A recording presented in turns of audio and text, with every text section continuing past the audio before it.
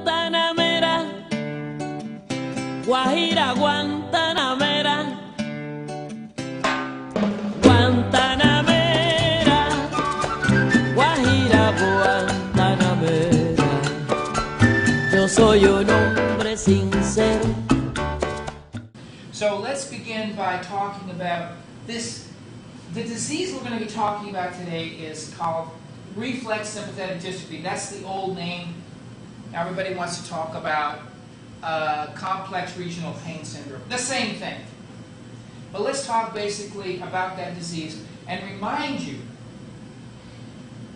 and by the way, if I'm speaking too fast, Umberto, go like this, okay? Slow down. Despacio, okay?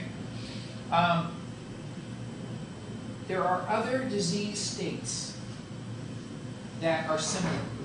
A big one is fibromyalgia. Another one, which isn't pain, but it's pain up here. Mucho dolor. Depression. Intractable depression. That means it's worse than pain in a way because the lights never come on. It's dark all the time in the brain. Okay? And we know ketamine can be very effective in that situation as well. But we're going to focus today on the complex regional pain syndrome. Okay? Now, what we're going to focus in on is what we call how to measure pain. Because, you know, everybody's, oh, it's subjective. Yeah. How can we rely on that? If I come to Umberto, he has a big white coat on, and he looks like a professor, and he does look like a professor. Make sure you get a picture of him. Over there, Professor Umberto. That the patients, they don't want to tell you the bad news, usually. They want to tell you, I came all the way from the United States to Cuba to get my pain treatment, and it didn't work. No, they don't want to do that. So what we try to do at the foundation is try to base everything on objective analysis in terms of pain, and also don't forget, with pain you have dysfunction, range of motion, strength, and all those sorts of things. So what we want to focus in on today is how to measure this pain objectively. That's going to be our focus, okay? So the first thing I need to tell you is just briefly, not in detail, I need to tell you about what is this complex regional pain syndrome. Okay?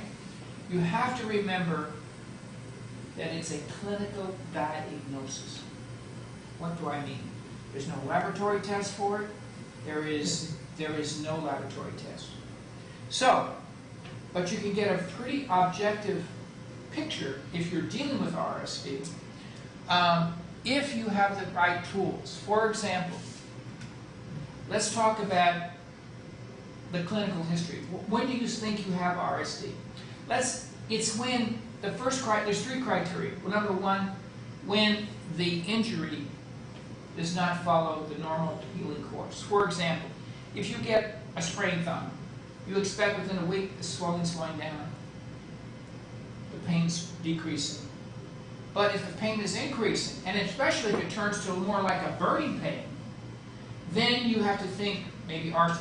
And if the pain is spreading, now it's going up the arm, into the face, or into the legs, the patient is either crazy or they have RSD. So now you get into one of the challenges of dealing with this disease. Because some of the symptomatology, the symptoms, what the patient describes, sound like they're crazy. So you, as a good doctor, you have to be able to distinguish between the emotional symptoms and the real disease state. Right.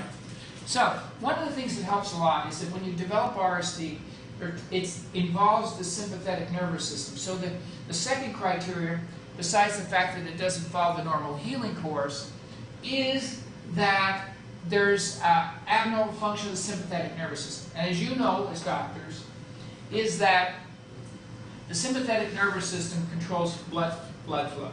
For example, to the skin. You get an injury, you're walking along, you step on some glass, it's an emergency, your sympathetic nervous system is activated, so the blood vessels in your skin contract, so you don't spill blood all over the place. If you're in Cuba and the police are chasing you down the street, your sympathetic nervous system is up, so more blood goes into your legs, so you can run faster than the police, right? Same thing in the United States. We have the same thing. So it's an emergency response, okay? What does that mean? That means that normally it happens on both sides. You step on glass with your right foot, your left foot also contracts. With RSD, what happens, it becomes asymmetrical. Very important concept. So the right leg may be colder, it may be warmer, it could be either way, but it's not the same on both sides. That's why measuring temperature, like with this infrared scanner, which I'm showing you here, is important. So, for example, if we take Alberto here and we measure... I just died. No, you're still alive. You're 33.5. But Alberto, I got some bad news for you. Your temperature is decreasing. You're slowly dying. I cannot listen my heart stops. So this is a valuable tool. Again, it's objective. It's an objective measurement that you can make. Okay. So you're looking for those things like temperature changes. Sweating is another thing asymmetrically that can happen with the sympathetic nervous system. They're sweating on one side than the other. It could be, swelling more on one side that doesn't go away after a week or so. So all of these things, as a good doctor, you're looking for to say there's some asymmetrical changes that show abnormal function of the sympathetic nervous system.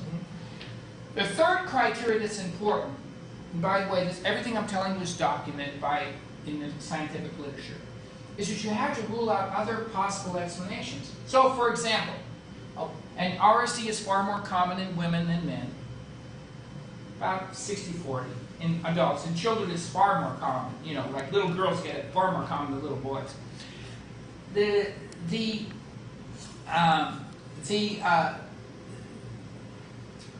put it this way.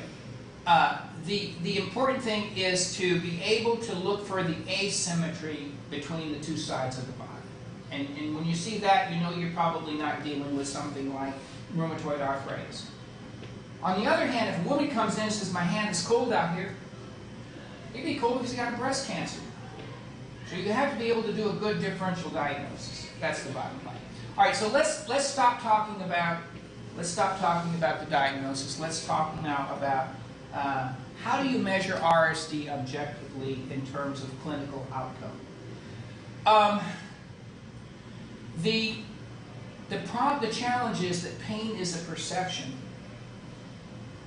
Studies show that, for example, some cultures are cry easier than other cry. They complain more than others. Gender and so forth and so on. But we can measure, especially for things like RSD, we can measure it objectively. Well, how do we do that? How do we do that? We know that what happens when we get this RSD or pain, your whole body, especially in the area where it's been injured and has spread, is far more sensitive to pressure. So they say ouch when you squeeze their fingers sooner than others. Well, take advantage of that. So you can take a device, which we call a portable infrared scanner, which looks like this, okay? And we put pressure on the skin. So I think Alberto was asking me earlier, well, how accurate is this? How precise, more importantly, how precise is it? There's a difference between accuracy and precision, isn't there? Okay. So how precise is this? Can I go up to Alberto and do a test? We haven't done this before, have we, Alberto? Have we? No. So this is me approaching you without having ever, and I have to use my glasses for it. Oh, here they are, right here. So I can read these numbers. Your eyes. So we're going to see how precise this is, right? We haven't done you before. All right, so we're going to get your thumb up here. Or did we? We never did this before, did we? Okay, so what you're going to do when the pressure sensation turns to pain, and you're not going to look at the numbers, you're going to say, stop, para. Yeah.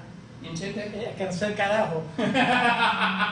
Coño. Are you ready? We'll do a practice one first so you get the idea. Go ahead. This is a practice one. So you say stop when the pressure turns to pain, okay? I'm going to do another one for practice. Here we go, so you get the idea. Yeah. You say, that's stop, right? Stop. Okay, so now we're going to repeat it. This is the real thing. You ready? Yeah, but that to Rub your fingers. Let me relieve myself because it's raining now. Freshen your fingers up, right? Okay. You ready? Yeah, go ahead. Let's do it. Okay, say stop when the pressure turns to pain. Okay. Okay, so that was, so everybody knows that was a 3-5, right? 3-5. Now we do it again.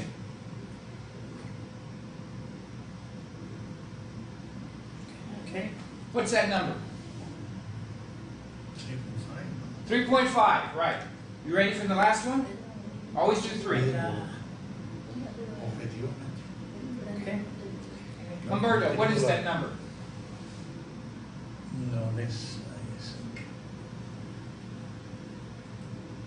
Oh,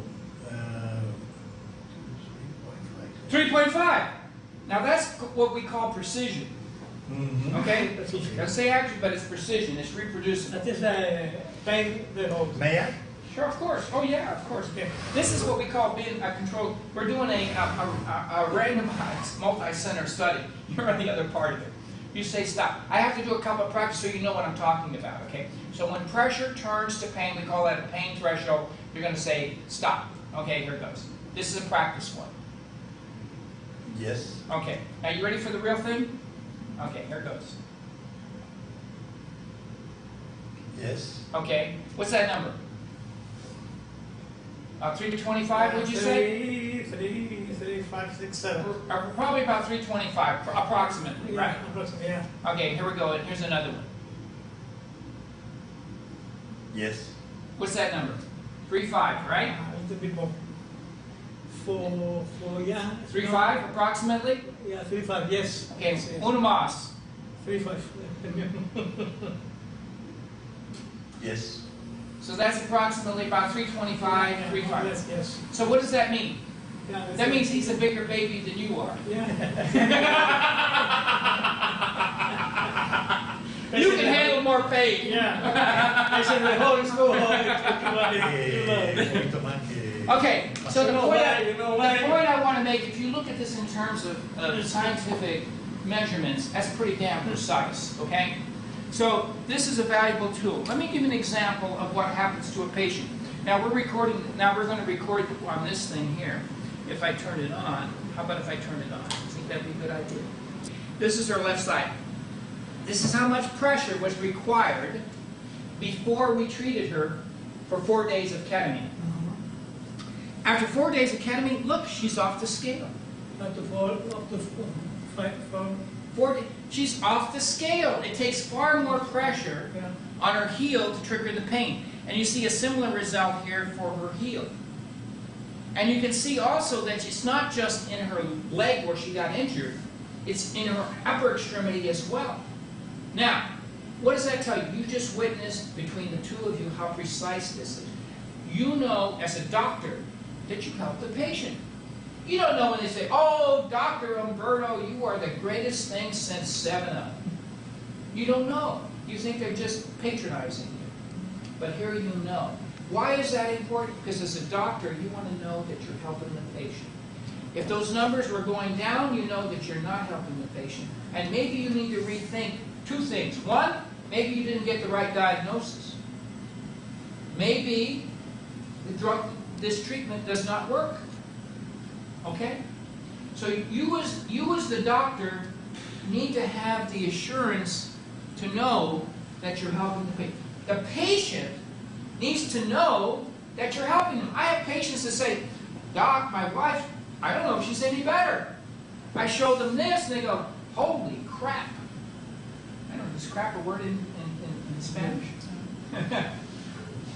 You know, the patient knows that you helped them. So you can show them this, and you feel confident that you're helping the patient. Now this is just one parameter. It's just only one parameter that tells you that you're helping the patient, okay? Now we're going to move on to another parameter that's important. And that is, you have a patient come in. I got it in my leg, doctor, but I can't comb my hair, I can't brush my teeth. And you think, oh God, it's in the leg. How the hell could it affect the head?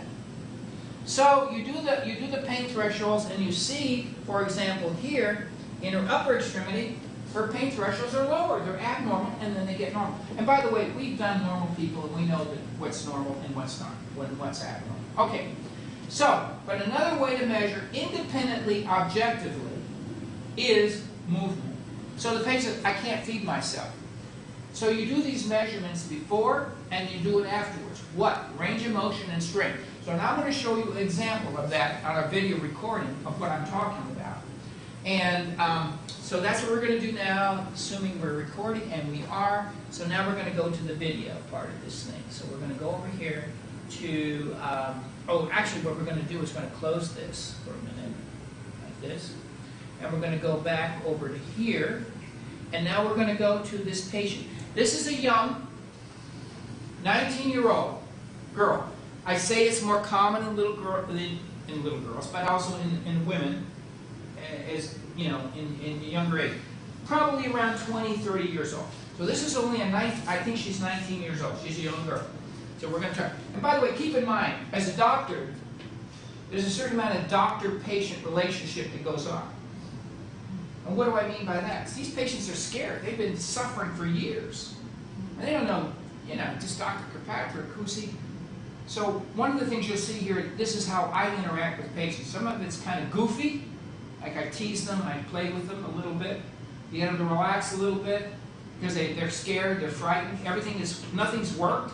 And who are you? You're going to just be another one of those doctors. So keep that in mind as you watch this. This is the way I interview them. It may not work for you, but it works for me. Okay, here it goes. So we're going to do that right now. So today's January 12, 2014. Let's go over your history just a little bit. About a year and a half ago, you had an accident involving primarily that left lower extremity, okay? Mm-hmm. And no fractures were involved. Shortly thereafter, you were diagnosed with this reflex sympathetic dystrophy. And there have been several options that have been discussed, including but not limited to things like epidural injections and local injections. And we talked a lot about that, where the local injections can, if you have CRPS or complex regional pain syndrome, can actually make things worse. Okay. Mm-hmm. Now, so let's ask you a question. Now you've given this a lot of thought, right? Yes. So what made you come to the conclusion that this is probably the best option for you this time? I didn't feel like there was any other option for me that would work as well as this would. I've tried other things like medication and no progress. Okay. Things have been worse. Right. Okay, so I'm going to stop for a second and just make a comment. Okay, one of the things you want to do as a doctor, especially in the United States, I don't know how it is here, it's called informed consent. Yeah. You want to make sure this patient has decided to do this through thinking. She didn't come in yesterday and I decided this would. No, she came in a week before and she thought about it. And now I'm asking her to explain why she decided on this treatment. And what she's going to tell you is, doctor, look, it's not in my leg anymore. It's in my arms. It's in my face. I can't eat. I can't open my mouth, or very well. And now she. So I have documented on the record with the video that she understood. In the United States, not here. Malpractice is a big problem. Yes. Mucho problema. So now, it isn't, Dr. Kirkpatrick gave her the opportunity to be informed about what she's going in. Because remember, what I am going to do, Martha, go look at me over here. Having witnessed. What I'm going to do is I'm going to give her ketamine, and basically I'm going to cut her head off. I'm going to cut her head off. There's going to be no signals going from here to the brain. She's 19 years old. And that's what ketamine does. It's called dissociative anesthesia. Okay? That's a big deal. Her father's there, her mother's there, etc. So I want to make sure that this patient understands what she's getting into. She's 19 years old, and I think in Florida, I think in Cuba it's the same as the United States. 18 is the year of consent. Am I correct?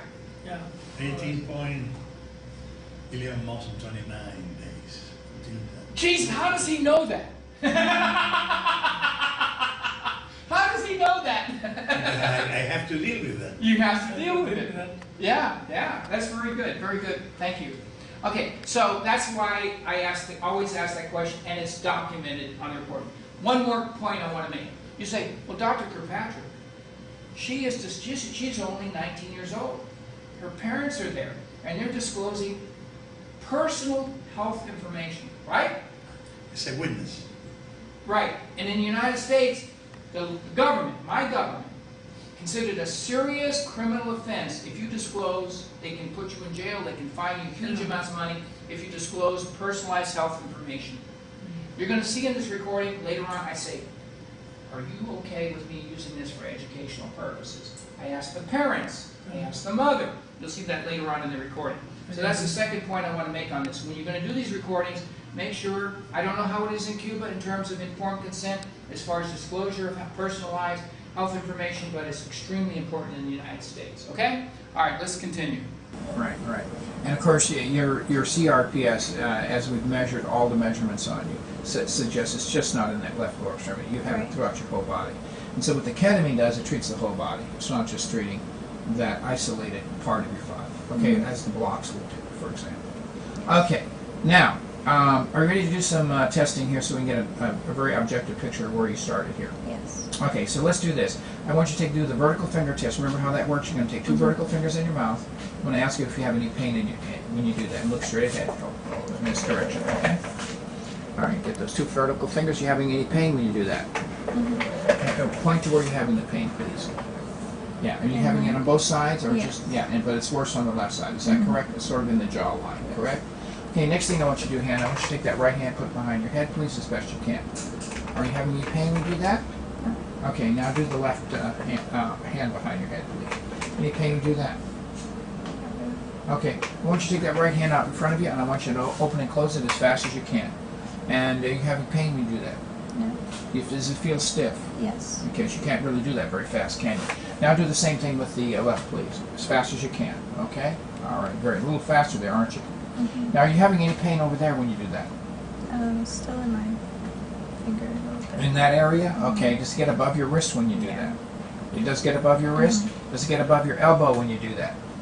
A little bit. A little bit? Okay, very good, excellent. All right, now the next thing I want you to just take both hands out in front of you at the same time. Open and close as fast as you can on both sides. Now, you can see the difference there, how stiff that right one is? You notice the difference there? Okay, good job. Now the next thing we're going to do, Hannah, is we're going to ask you to take that pants leg on the left side up. Previously, we marked you where we have what we call allodynia. That's where any type of tactile stimulation, especially light stroking of the skin, causes pain, like a road burn type sensation, right? So what I want you to do, Hannah, I want you to start above or just below your pants leg line there, and I want you to work your way down, and I want you to stop when you start with your eyes closed. Stop when you think it starts to feel like road burn, okay? So we can document that. Right there? Very good. You're very, very close to that line. Okay, now come down the very front of your leg there. Do the same thing. Stop when you get to the area that feels like it's like road burn. Keep your eyes closed, please. Perfect. Now do the outside aspect. There you go. Good job. Yeah. Just go on down. Stop when you think you get to it, where it is. Perfect. Good job. Now, next thing I want you to do is I want you to take that right foot off the ground, and I want you to rotate it for me, please. Atta girl. Good job. Wiggle your toes as best you can, please. That's it. Hitchhike back to Plant City. All right. Yeah, I don't know if you're going to have to get a sleeping bag. I don't think you're going to make it. All right. Now do the other side, please. Rotate your ankle over. Oh, by the way, I'm sorry. Did you have any pain when you did that? Just a little bit. A little bit. And where did you feel the pain when you did that? Up my leg. It went all the way up your leg. Is that correct? Yes, and even Up into your my hip. a little bit. Up into where you got your hand on your hip there. Okay, perfect. Now do the same thing for the other side, please. Rotate. Again, is that triggering pain all the way up your leg? But most intense down where your ankle is that correct? Yes. Okay. Now how high up did it get on this side when you did that? Probably about the same. About the same, up to the hip? Okay, Yeah. gotcha, understood. Okay, very good. Now, the next thing we're going to ask you to do is, with your dad's help, he's going to be there to spot you for safety. Yeah, go ahead and bring that down. Atta girl, good job. He's going to be there to spot you, okay? Atta girl. You're going to go over by the door there. That's it. Very, very good, very good. Remember what we talked about earlier. I don't want you to do anything that puts you at risk of falling, okay? And I don't want you torturing yourself, but I got to get an idea of what you can and cannot do. So I want you to take 3 steps forward, please, for me. 1, 2, and 3. And go on back 3 steps, please. Don't turn around, just go on, right on back. There you go. And when you get back over there, Hannah, I'm going to ask you where you had the pain, okay? Go ahead, tell me. In my ankle, and then I felt it in my knee, and Yeah. then in my hip. And your hip, right, Yeah. and that left, and most intense on that left side, Yeah. correct? Did you have any pain at all on the right side? Not as much as the left. But again, it was down in the foot, Yeah. but it went. The pain managed to find its way all the way up into your hip on that side. Is that right? Now I want you to hold your for safety. I want you to hold your dad's hand. I want you to try as best you can to see if you can get up on your toes and take 3 steps forward. Remember what I said. Don't even try it if you can't. You can't do it without falling. Okay? As best you can.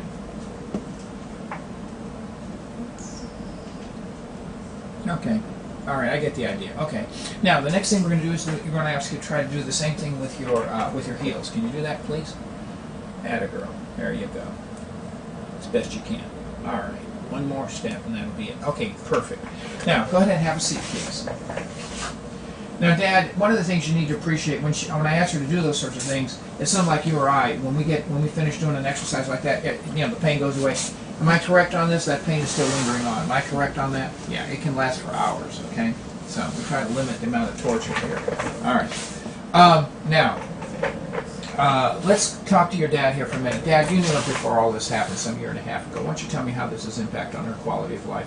What she was doing before and what she's doing now, please. Well, she was doing the normal things that any 17-year-old would do before, prior to this accident that she had with her left foot. I mean, after the accident, this has been an ongoing, constant pain and battle for her. I mean, it's turned into severe. It's went from her foot to travel throughout her whole body. Right. She's in severe pain. She has, I guess you'd say, tremors or like seizure type, Right. spastic type. Yeah, we talked about that. Shaking Sometimes really the pain bad. is so severe that this happens to you mentally. You just get frozen. Yes, sir. Yeah, And, it's a but it's a normal body defense. Every one of us has, Yes, even sir. if we don't have RSD. Right.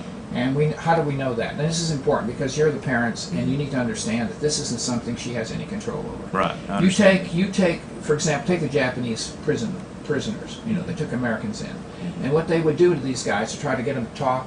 Okay, they should take, and I hate to put it to you as bluntly as I'm going to put it to you. They should take piano wires and tie their testicles and torture them that way. Yes, sir. And what would happen is, before the prisoners, in order to get through that, they would actually do what she did. They'd actually become paralyzed. Yes, sir. And that was the brain as a way of protecting themselves from overwhelming pain. Right. Okay. So this is something that all of us are capable of doing. It's just a natural body response. Right.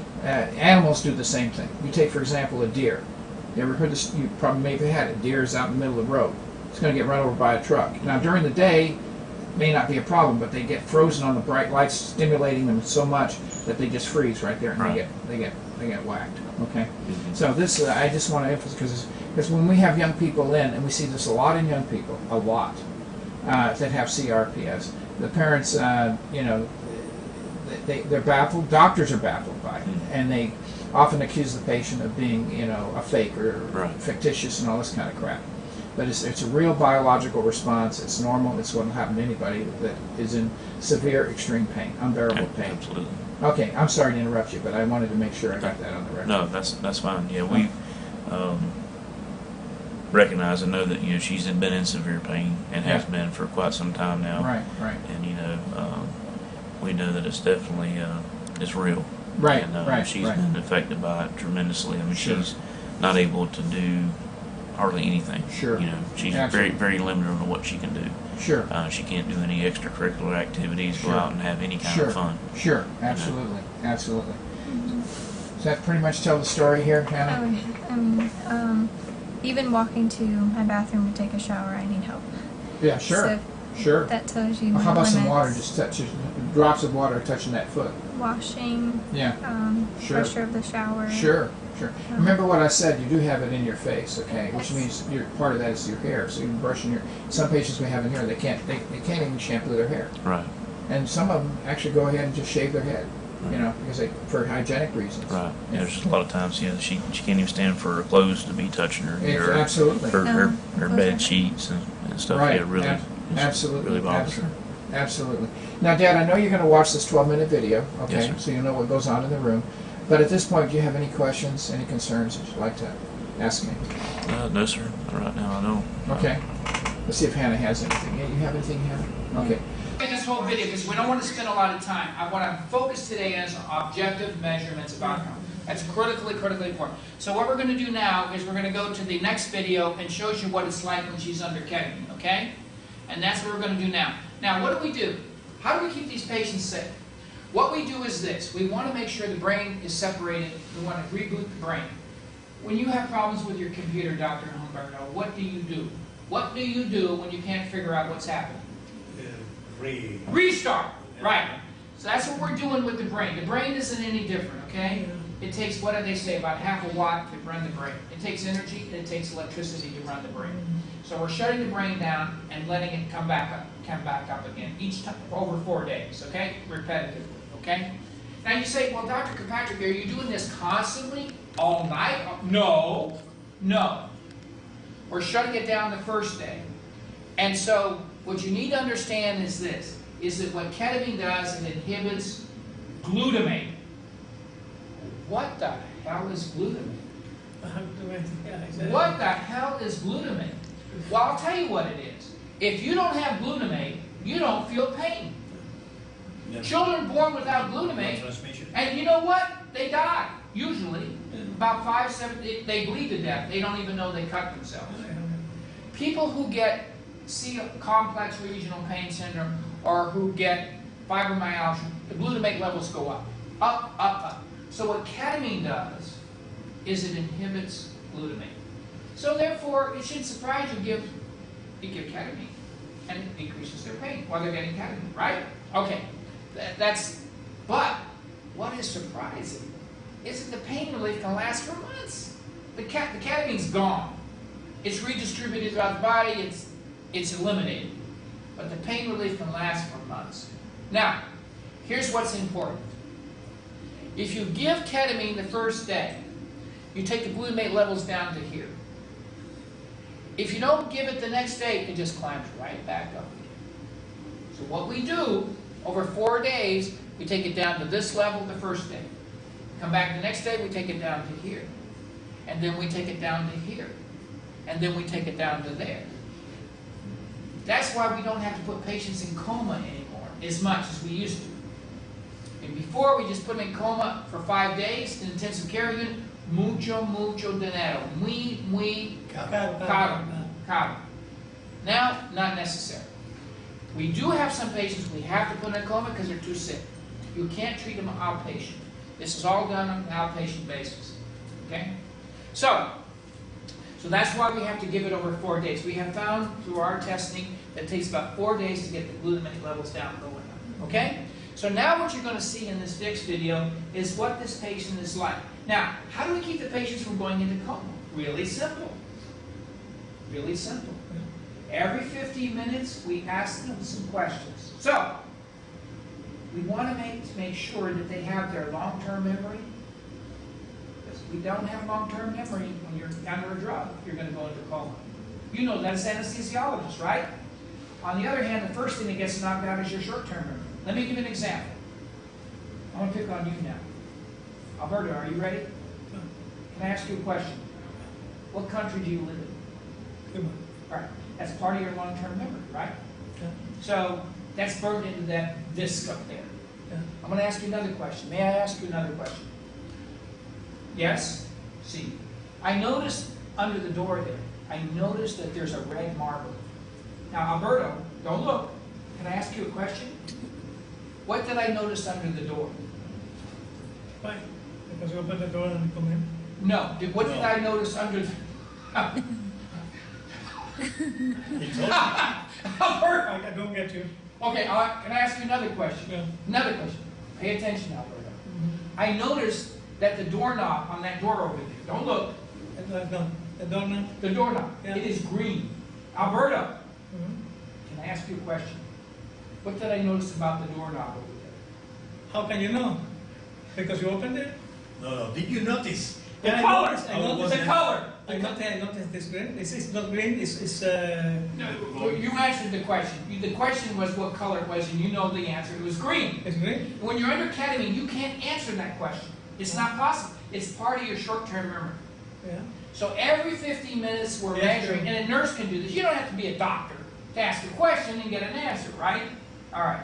So we want to make sure we don't give too much ketamine, but we want to give enough to knock out long-term memory, but keep short-term, we want to get enough to knock out short-term memory, but not long-term memory. So when you're under ketamine, you should be able to answer. You should be able to answer the question, what country you live in, or who's your best friend sitting next to you, what their name is, and so forth. Humberto Pedro Sainz Cabrera. Yeah, right. Right. But if I tell you, for example, that he's wearing a red watch, Yes. can I ask you a question? Yeah. What did Tony see over there? What did he just see? Red watch. Right. We don't want you to be able to do that when you're under ketamine, Yeah. because we want to give you enough ketamine Yeah. to shut the brain down. You understand? Okay. Wait. Okay, so here we go. So here goes what it's like when you're under ketamine after 4 days, okay? While you're under ketamine. Anna, we're going to do some testing on you. Okay, so just for the record now, we're sitting here at January 16, 2015, and she's been on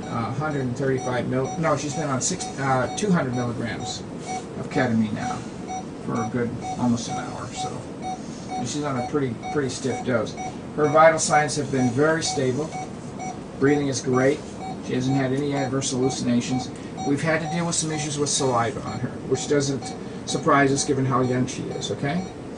And we control that with some Robenol. But otherwise, she's doing pretty good right now. So, you know this man over here? This is your dad. You see your dad over here? Look over there. Hannah? Your dad has to ask you a couple questions, okay?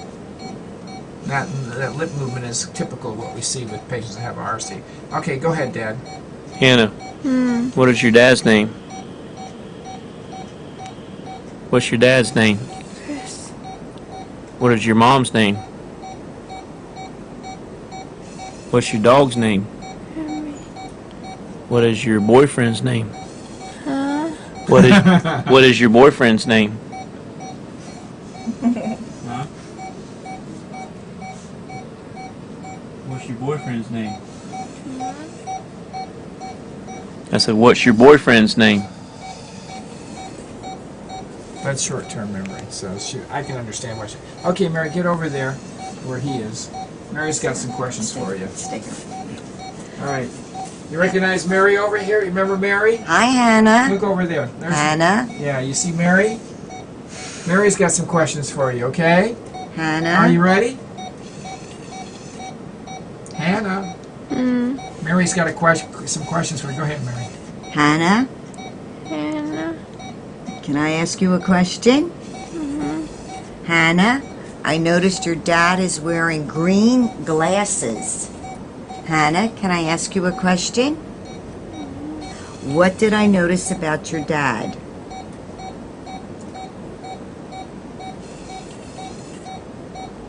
Hannah, you need to pay attention, okay?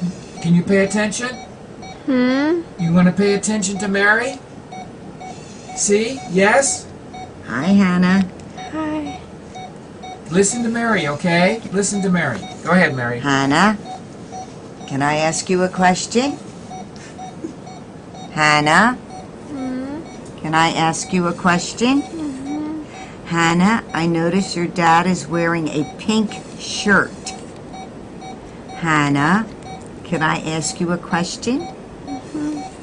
What did I notice about your dad?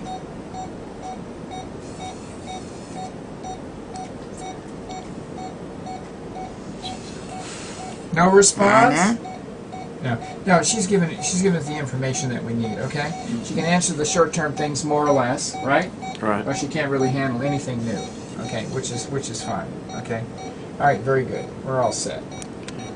Okay, so what you've learned from this is she's kind of almost losing her long-term memory as well, right? Shut up. Huh?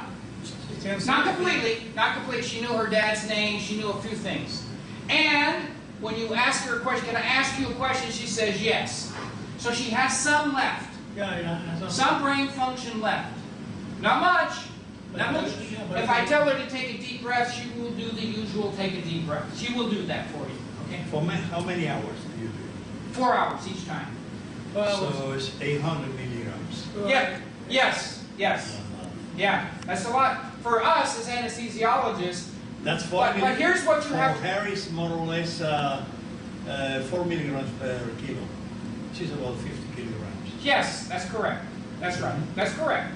Now you say, Tony, how come she's not under general anesthesia? Yeah. I'll tell you why. Because we started low and gradually worked up. There was not. It was not. Not induction. No, not induction. No. Not at all. Now the other question is, why doesn't she have an adverse hallucinations? Why not? Because it's very slowly, you're saying? Yes. Yeah, it's very slowly. But more important, muy importante. You notice that her father is by her bedside. Yes. With someone that's familiar with her long-term memory who's in the room, it's huge in preventing them to slip into an adverse hallucination. And she's not asleep. She's awake. When they have adverse hallucinations, they usually doze off. Boom! Why is it so terrifying? Imagine this. You are here at the National Hotel today. You wake up and you have a bad dream. You're at your home. You have a bad dream. Which place would you rather be if you're having, and we all do, no matter how old we are, if you're normal, we have bad dreams. And you wake up and you have this bad dream. Would you rather be at the National Hotel or would you rather be at home? At home. Of course, because when you wake up, oh, there's my ceiling fan. Yeah. There's this. I'm not lost. Yeah, I'm not lost. They're not eating my legs off. Right? So it's critically important. Never, ever do high-dose ketamine without having a significant other by the bedside. And by the way, doctors, let me tell you something. It takes a lot of workload off you. Guess who's measuring her cognitive function right now? It's not me. It's the father. It's the mother. That's less work for you, right? Less work for you. It means you can do other things with your time. Okay? All right. ¿Qué pasa? Que cuando dijiste ¡bom! Por poco se me cae la cama. She falling asleep? Yeah. No. She gets scared. Something's going to happen. He said, Mom, what happened here? What is happening Por here? poco se me cae la cama. Did I scare her? That's She an said, anecdote. Okay, so. Martha! No, Martha, don't, you know, just nice, suave. Intendate suave. Yeah. You know, Martha, you know, like this, you know. Okay, so those are some key points. Now what we're going to do is we're going to take a look at how she responds in terms of her function, okay? Again, another independent parameter, an independent measurement that we can make on her. So that's what we're going to do now. So we're going to go over here, and we're going to do that right now, okay? All right, so here we go. You get this solution for 200 milligrams per hour for 4 hours, and how long it takes to recover? Immediately, almost. Immediately. It's like, this is a good, Alberto's asking an important question, so let me respond. Ketamine has a very rapid redistribution half-life, okay? So what does that mean in simple language? That means that when you turn the ketamine infusion off, it leaves the brain quickly, very quickly. So quickly it's like the patient, like she saw her, I turned it off and all of a sudden, boom, she's awake. Talking and so forth. And I think everything normal. Now let me tell you while we're on that, what are some common problems that can happen in terms of adverse things? Yeah, perfect. Yeah, One of the things you saw, her salivate, Yeah. okay? Yeah. Especially in young people. You know, you've done kids with ketamine, you know, they just drool all over their face. That happens very So we have Robenal, what we call glycopyrrolate in the United States. You can give a little of that, 0.2 milligrams IV. Takes care of that, and it's important to take care of it because it's uncomfortable when patients are salivating all Do you over. use it? Of course. Because if I don't use it, they salivate, okay? Yes. And it comes down on the floor. Yeah. And then you start sliding all over it. The floor. Not some. Alberta goes, Tony, you're exaggerating. A little bit. Un poquito. No, I have been using ketamine for 40 years almost. Yeah. I know. You know. Yeah, yes. Especially in young people. Yes, especially. Okay. You have to use glycopyrrolate You or have to. atropine. You have to, yeah. I prefer not atropine because it causes cardiac. No, I know. Yeah. So, anyway, so what else can happen? Some people, women, you know how women are. Hey, Umberto, you know how women are, right? Usually. Hormone dependent. We got his figures. They look figures. Yes. Hormone dependence. No, the thing is, when you look at women, no matter what you give them, they get nausea, they get queasy much easier than men do, right? Yes. You take the bottle of ketamine, you just move it in front of them like that, and they get sick, The thought does it, Okay, so my point is this, is that, so nausea and vomiting is something that can happen. So you have, you keep making sure that you're hydrated, you make sure that if they are that way, you give them some prophylactic before. For example, you can give them Zofran orally an hour before they come in. 24 milligrams is a good dose, okay? Okay. All right, PO, okay? During infusion, what I found is a very good drug for nausea and vomiting. Drug's been around for decades. Dexamethasone. Yes, I know. It works fantastic. Or droperidol. Droperidol, yes. The problem with that is it causes other things, the brain and Not crazy. the minimum dose. Crazy. Yeah, minimum. 0.62. But you don't get that with Zofran. No. But and you can get here in Cuba probably a reasonably priced. No, we have suffering. Yeah. So dexamethasone is not that expensive. Okay, so I recommend dexamethasone. Virtually no side effects. Okay, and what do I give in a situation like that? 12 milligrams IV push. Remember, I'm deviating a little bit. You know what's fascinating about dexamethasone? You know what's Decadron? You know what's fascinating? To me, it's fascinating. You give Decadron. If you give it too fast, you get pain in your groin.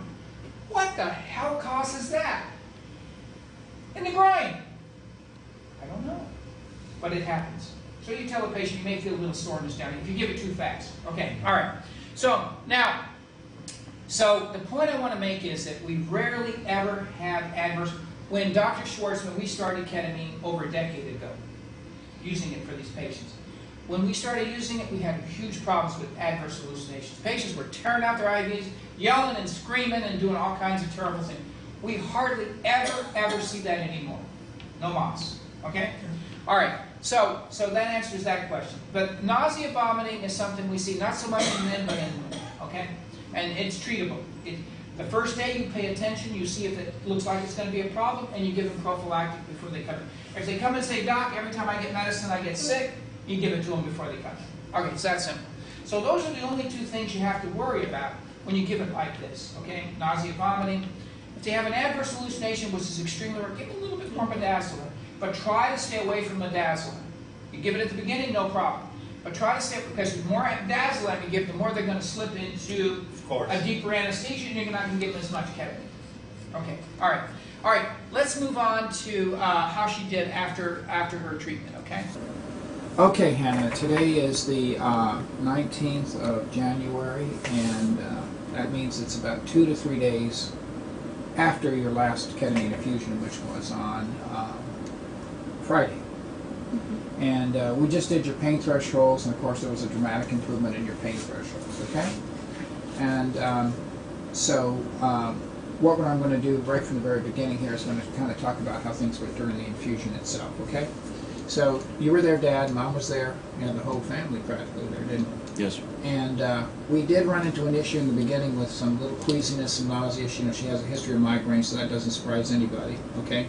But we were able to get it under control with giving her some Zofran before she came in, orally, and she had some Decadron during the procedure, as well as some glycopyrrolate, or Robenol, which keeps her from accumulating a lot of saliva, which can be extremely uncomfortable if you're under the influence of ketamine. But we got it under control. Would you agree with that? Yes. You didn't have any adverse hallucinations during the treatment, right? So that wasn't a problem. The one thing that limited us was you went too deep, and where you had difficulty answering questions, and we're going to go over that with you a little bit in more detail here in a minute, okay? But we got you up to 200 milligrams now on the ketamine. Okay. So that's a very good dose. Are you ready to do some exercise and see what happened here with you? Yes. Okay, let's do the vertical finger test. Look straight ahead, don't look at me. Put your vertical fingers in your mouth. Are you having any pain when you do that? Remember, you had pain on the right side of your face, and on the left, worse on your left side of your face, and on your right side of your face. You don't have that now. Take that right hand, put it behind your head, please. Have any pain when you do that? Didn't have when we started, you don't have now. Now put the left hand behind your head. You didn't have any pain there when you started, now you still don't. Is that correct? Okay, take the right hand, put it out in front of you. Open and close it as fast as you can. That's stiff, huh? It's much faster, isn't it? Any pain when you do that? No. Didn't have any pain when you started, you don't have now. Right? You did have pain when you tried to do that with your left side. Go ahead and open and close as fast as you can. Much faster now, isn't it? And you still have that pain, remember, around your thumb and your finger? No. Don't have that now. Put both hands out in front of you. Open and close as fast as you can. Much faster now, huh? So what is it? You're going to start to play the piano? Is that what you're going to do? Huh? No? Okay. Maybe. Violin. Violin, is that right? She plays the violin. Oh, is that right? Oh, before all this happened, she was doing that, huh? Yes, sir. Oh, that's interesting. Very interesting. Okay, now, next thing we're going to do here is we're going to ask you to roll up that pants leg on your left side there. And we have these marks on you where you had the allodynia, another real sensitive skin that felt like road burn before we started. So I want to test that now to see if that's disappeared. So go ahead and start above that black mark, but close your eyes so you don't cheat. That's right. Light stroke and see if you still have any of that road burn sensation. Any of that down there anymore? Okay. And go down the other side there. There you go. All gone? Yes. Okay. Very good. Excellent. Now the next thing I want you to do is I want you to rotate that right ankle for me, please. There you go. You know, less stiff there, isn't it? Have any pain when you do that? No. Now do the worst side, which is your left side. Go ahead. Rotate. Any pain when you do that? Not really. No. Huh? Not really. Not really. And listen, while we're on that subject, remember we talked about the fact that you haven't been walking, you're out of shape, right? It's not your fault. That just happens to everybody that gets, especially in the lower extremity. And we're going to talk more about how to get rid of that, what we call muscle pain. That's not RSD pain. We're going to talk about that later. But you even notice how much better range of motion you have down there. You move that foot a hell of a lot better than you did before. Look at your toes for us. All right. Can you hitchhike back to Plant City? Oh, look, she can do it. All right, very good, excellent. I'm going to stand by the door there. Dad's going to be by your side just as a safety precaution. Okay? The color is better too. Yeah. That's Well, it's even going to improve a lot more than it is right now with the exercise, okay? She's got to reestablish circulation down there in those legs, okay? Go ahead and take 3 steps forward, please. Just regular walking. That a girl. You're much more secure now, aren't you? Go on back, please. There you go. Remember, you had pain going all up to your hips when you did that before. What's going on now? not the same kind. It's that more of that muscle pain just from being out of shape, right? Okay. And that's the kind of pain you can live with. You can't live with the pain that sucks the breath out, right? Yeah. It takes your breath away. No, you can't do that. Okay, now next thing I want you to do is you couldn't even do this before, but see if you can take 3 steps forward on your toes. Your dad's there if you need him for balance, okay? See if you can do that now. 1, 2, and 3. Very good. Good job. Now, did that give you the same pain you had before? No, I mean, is it the same Oh, thing? no, not the same as the Right, RSD. right. Now listen, we talked about another thing, didn't we? We talked about the fact that you've got to learn how to walk again. Remember, you have not been walking, okay? Yes. So it's going to take a while, like anybody, to pick that up again, how to walk, okay? Now, the next thing we're going to do is just, for completeness, going to ask you to see what you can do on your heels. Go ahead. 1, 2, and 3. That's good. And again, do you still have that pain you had before we treated you? No. Okay, have a seat, please. All right, now, let's go over the treatment plan here. And again, if there's something you don't understand, you can interrupt me and we'll get it clarified, okay? All right, now, we talked about the heated pull exercises 3 days a week, no more than 20 minutes each time. The water temperature should be between 82 and 86 degrees Fahrenheit. We talked about, getting yourself one of these little digital thermometers, you know, that you can use that will help you with gauging whether you should even get in the water. So if it's 80 or 81 degrees, you probably don't even want to go in the water that day, okay? All right. Now, the other thing we talked about, the 4 reasons why this works, okay? Reason 1 is you're not ready for full weight bearing. And in fact, it's kind of risky because you can fall and re-injure yourself, which is the most common reason why patients have a relapse, okay? Number 2, the water is a very, very potent desensitizer. So it'll even desensitize your skin so you can tolerate, you know, the touch better than you even now, okay? And the third thing we talked about is many times over and over again, you need to avoid exercises that can result in re-injury, okay? And water is an exercise you can do where you're least likely to re-injure yourself, okay? And the fourth thing we talked about is this. We talked about this thing called stress, right? And stress. Remember what we said about stress? Is it good or bad? Very good. You got your brain. How about that? She remembers. That's good. So your brain power. And by the way, while we're on that subject, let me tell you, you're probably going to find it a lot easier for you to focus now when you don't have so much pain, okay? So learning is going to be a much easier task for you, okay, going forward. That's right, it's neutral. What the heck is neutral? What is that? Well, stress is a biological response you can't control. And you can make it either a negative or a positive experience. And one of the things we've learned over the years is that there's one thing that always predictably works in controlling stress and keeping it from being negative. What's that called, Dad? What's that activity that we talked about that can keep the stress under control? Physical activity. There you go. Very good. I got the memory works well in the whole family here. Very good. By the way, he scored high. He's got the highest score from you so far. Okay, that's right. Physical. So water exercise is a physical activity and helps control the stress. So therefore, you're not going to get in a pool with a bunch of kids, are you? You're gonna where they're yelling and screaming and all that kind of stuff. Okay.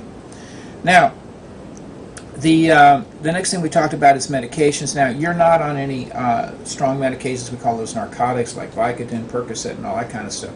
But we did say there is a role for those in treating RSD, isn't there?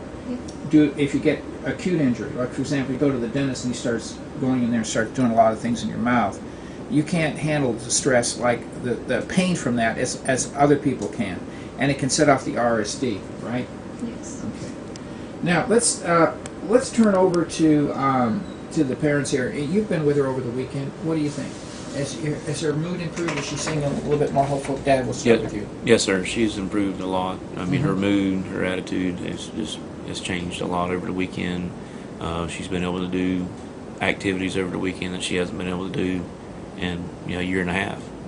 Good. And we know, and we're optimistic about it, and know that they're just going to continue to get better Right. with physical treatment and physical exercise, and just really look forward to it. I'm so happy that she's doing good. Right. Now, did you have any questions? No, sir. I don't Okay. And Mom, do you have any? Do you kind of agree with all that? Yes. Yeah. And she's really enjoying taking a bath now. The water doesn't feel like razor blades. So I think Right, she's very, right. Well, I'm glad you brought that up Right. because being able to take care of yourself and hygiene and all that kind of stuff is really, really important. Okay. Even eating. Remember, she had a lot of jaw pain, Right. so she can enjoy eating now, which she couldn't do before. Mom, do you have any questions? No. Okay. Now let's go back over here to Hannah. Hannah, did you have anything to add to what your mom and dad said about the experience? Okay. How about you? Do you have any questions? Now, I have a question for everybody here. Now, we always try to learn from experience and share that with others. Are all of you comfortable with using this recording? And of course, she's going to be back in about a month or two, and we're going to repeat all this. Are all of you comfortable with the idea of sharing this information with others out there that they can learn from your experience? Is that okay with you, Hannah?